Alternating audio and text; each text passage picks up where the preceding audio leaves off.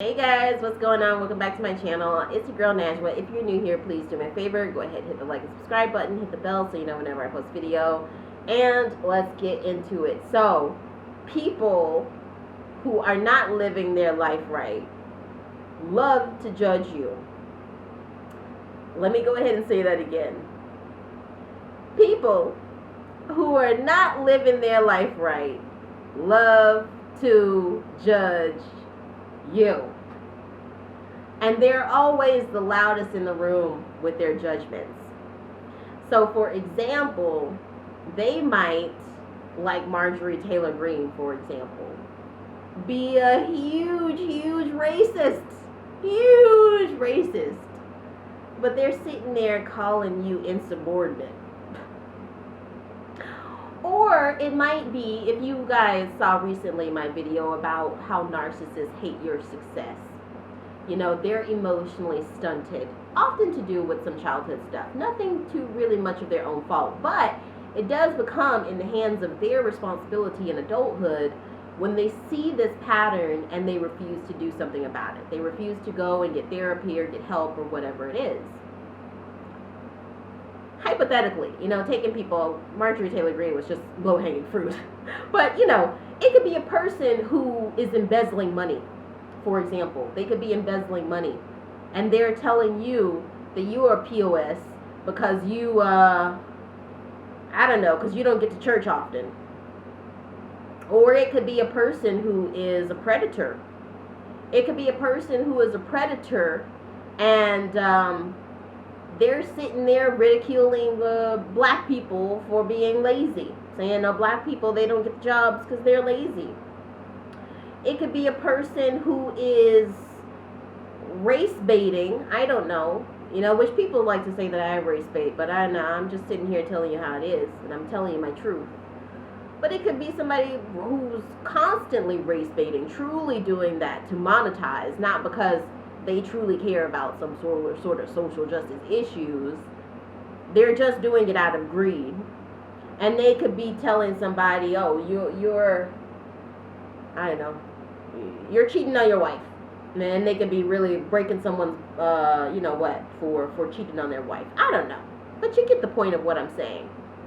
People love to come after you and wag that finger when they aren't living their lives right.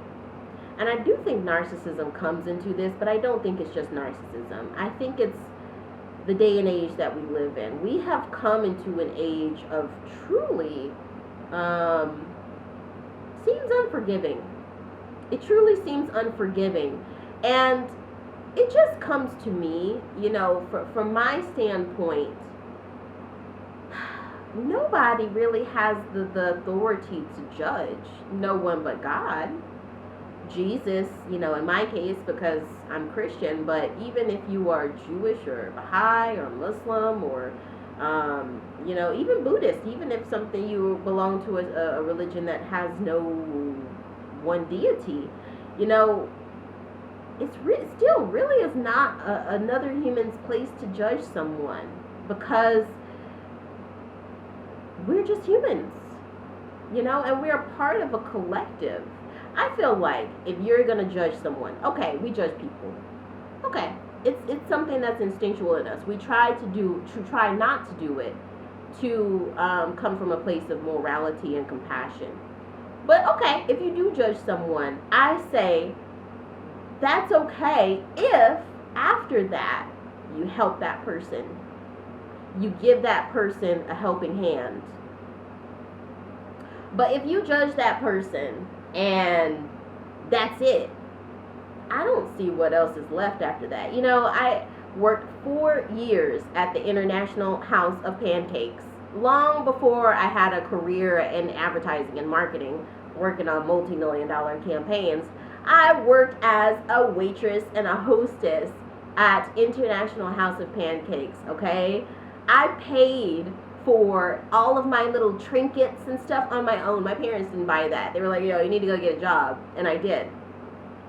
Church ladies on Sundays were the cruelest, meanest people on the planet.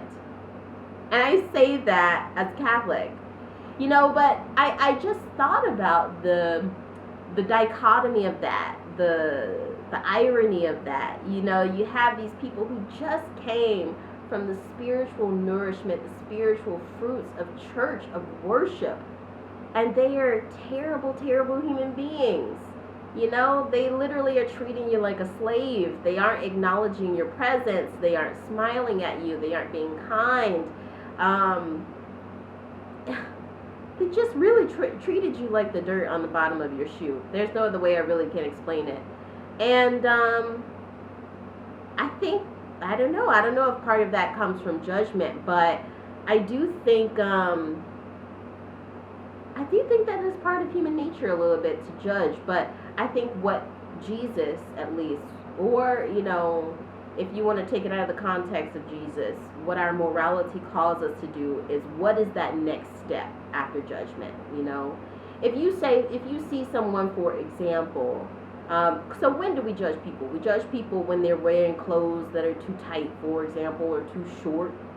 If you saw a young woman and she was wearing clothes that were really revealing, and you went after church services or after a lecture or at the lunch break at work, wherever you encountered this person, and you went to her and said, "Oh my goodness," complimented them and said, "You have such beautiful legs.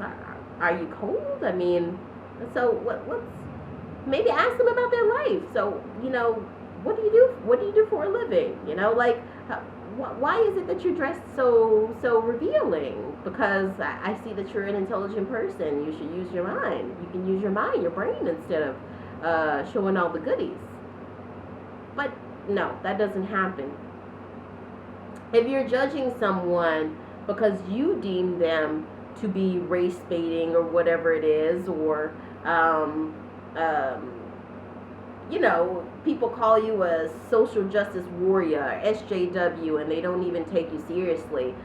They judge you on that level. Have you asked that person about the causes that they've committed themselves to? Have you tried to gain some of the knowledge from them?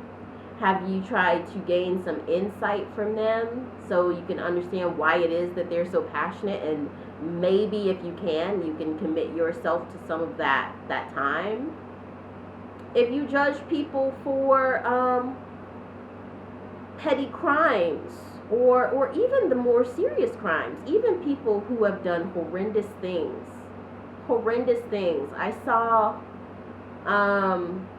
this guy in Germany, an American guy, who pushed 2 American tourists off of a cliff. One of them passed away, 2 young girls. This was a 30-year-old white man, pushed 2 young Asian girls off of a cliff. One thankfully survived, and all of the comments in there, you wouldn't believe it. It just was disgusting.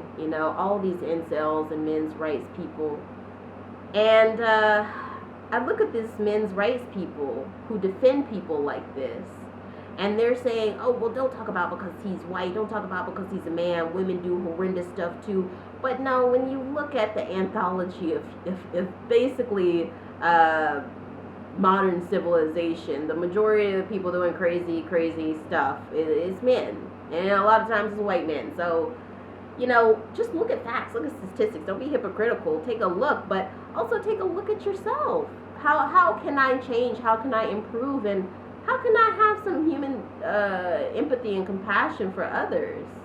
How can I make sure that when I have children, if I ever get to have children, because I don't see a woman really wanting to be with someone who is so militant. I don't see that happening. But if there is a point where, or a partner, not necessarily a woman, but if there is some point that you find your life partner, would they really want to be with someone who seems so cold and distant? And beyond that, I think that these incels and men's rights activists, they themselves are looking for sympathy. They themselves are looking for a lack of judgment, but yet they emanate and radiate judgment outside of themselves, externally. It don't work that way. It don't work that way. You can't just, it's hypocritical, you see? You can't just come from a place of Give me attention. Show me attention. Don't judge me. But you continuously judge others. And one of the biggest ones, the biggest instances of this that today in this day and age probably grinds my gears is seeing the harsh judgment of public figures, of politicians, of celebrities. You know, you would have think that these people were related to them the way that people talk about them online. There's no level of human kindness or empathy or forgiveness, even from people who share values like me, even from people who are Democrats. There's a time to be brutal. There is a time to go in for the kill. I'm talking politically, of course, not I'm talking figuratively, not seriously. There's a time to go in, you know, like Donald Trump. It's time for the Democrats to grow a spine and get this man on out of the way. But there's also a time to be kind and be gracious and try not to judge others, because no one is perfect. I've talked about in other videos Kim Kardashian and the Kardashians, the huge judgment towards them, even towards figures that I find problematic, like Kanye West and Candace Owens. I've talked about them and how, you know, I still judge them, but at the same time I try to see what it is that brought them to that point. People like Hailey Bieber and Selena Gomez and Dr. Shola, the Sussexes, Britney Spears. There's so many people that the public just seems hyper critical with. And I feel like I have to step in here to speak up for the underdog, because I know that if I were a fly on the wall in the homes of these people who are just keyboard warriors, you know, they're typing with such confidence behind their nameless, photoless profiles, sending so much judgment towards people like this, or even politicians like Joe Biden, like Kamala Harris. People love to attack them behind nameless, faceless profiles. But I know if I was a fly on the wall in the homes of these trolls, I would probably see abuse, I would see drug abuse, I would see addiction, I would see no impulse control, I'd probably see some forms of perversion, I'd probably see some forms of violence. I know that I would. I really do.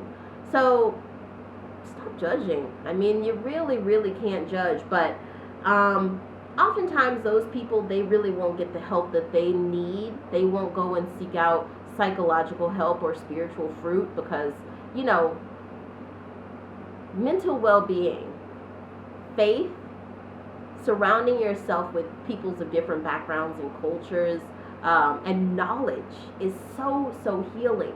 But those people who are constantly out there judging, but they ain't living their life right, they likely won't ever really step outside of that.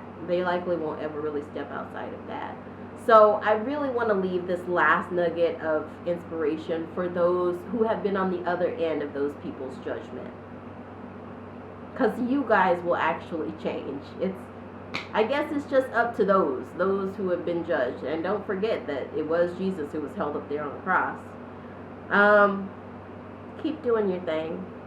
Keep doing your thing, because they will always be there. They will always be there. So never ever allow yourself to be silenced, especially in the face of the good that you're doing. Oftentimes, that is a lot of times where a lot of this judgment comes from, is when you're doing good. People don't want to see that. So don't let people take you off your mission, guys. Keep doing good. Keep coming from a place of love and empathy. Gain knowledge. Knowledge is power. Seek that spiritual fruit.